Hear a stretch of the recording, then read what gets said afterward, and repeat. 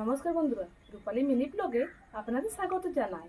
আজ একটি আবার নতুন রেসিপি নিয়ে আপনার সামনে হাজির। আজকে বানাবো পটল চিংড়ি। এটি খুব সহজ রেসিপি। চলুন উপকরণগুলো কী কী নিয়েছি দেখে নিন, আর কিভাবে বানাই সেটাও ফলো করুন। উপকরণগুলি হলো আলু, পটল, চিংড়ি মাছ, তেল, পেঁয়াজ কুচোনো, লঙ্কা বাটা, পোস্ত বাটা, জিরে গুঁড়ো, গরম মশলা, জল, নুন, হলুদ গুঁড়ো, কাশ্মীরি লঙ্কা আর টমেটো কুচি। আলু আর পটলটাকে প্রথমে কেটে নেব।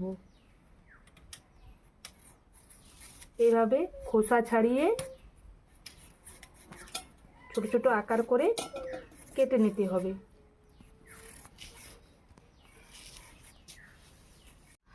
আলু আর পটল কেটে নিয়েছি ছোট ছোট করে। এবারে এগুলো ধুয়ে নেব জল দিয়ে।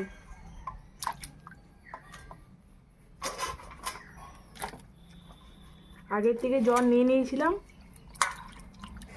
এবার জল থেকে উঠিয়ে নেব।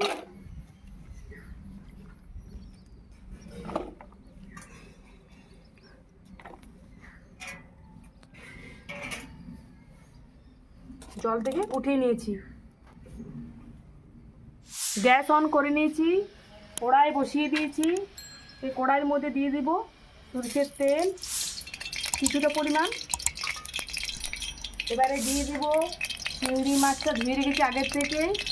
এর সাথে দিয়ে দিলাম সামান্য পরিমাণ নুন আর হলুদ গুঁড়ো। এবার এটা মেখে কড়াই তেল গরম হয়ে গেলে এগুলো ভেজে নেব। A few moments later. মাছ ভাজা হয়ে গেছে, এবারে এটা উঠিয়ে নেব।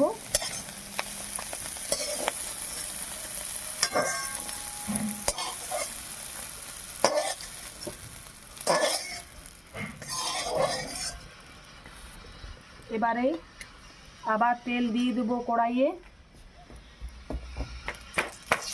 এই পটল আর আলুটা ভেজে নেব। পটল আর আলুটা নুন দিয়ে ভেজে নিয়েছি।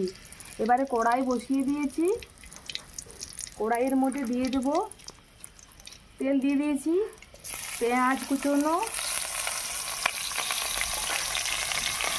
পেঁয়াজটা লাল লাল ভাজা ভাজা হয়ে গেলে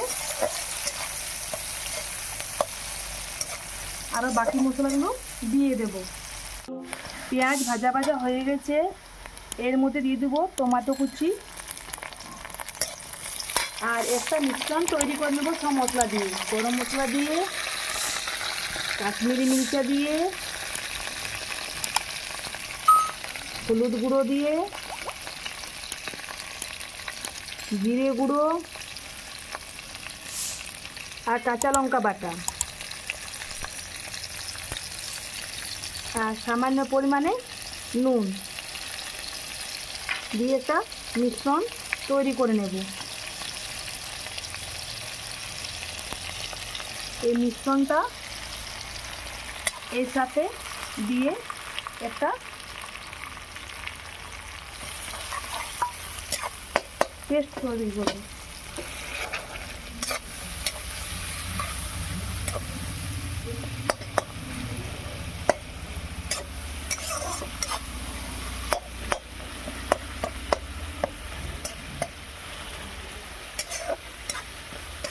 এবারে দিয়ে দেব ভেজে রাখা আলু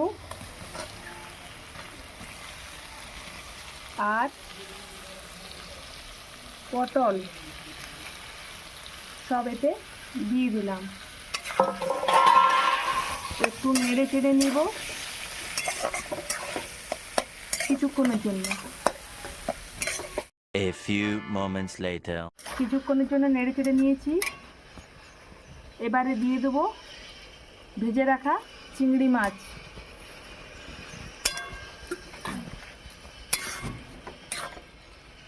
সামান্য পরিমাণে একটু দিয়ে দিলাম জল।